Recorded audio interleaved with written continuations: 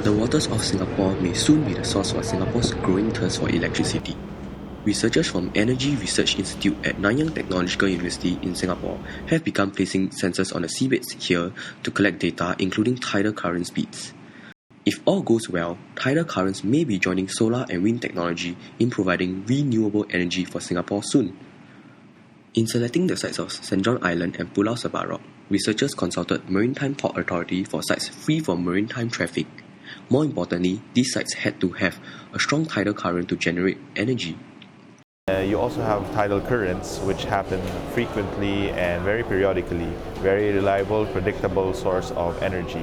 We did study the available space for tidal turbines, and there seems to be a lot of space that's capable of handling up to a certain level of 250 megawatts. That's approximately 1.5% of Singapore's electricity demand right now. Dr. Abando also expressed hopes that tidal energy will contribute to the growth in proportion of renewable energy in Singapore's energy mix. However, what may affect the take-up rate of tidal current energy by the Singapore government may ultimately be its cost. I think as long as the technology is cheap, yes, it's a good source of renewable energy.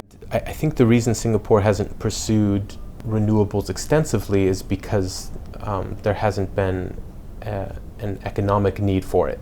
As renewables become more affordable, Singapore will continue to expand its renewable offerings. Will the sea be Singapore's answer to its energy future? It remains to be seen as the data from the sensors continue to flow in. With recent developments in tidal current technologies, Singapore's aim to have renewable energy sources making up to 5% of Singapore's total electricity output by 2020 can be very realistic.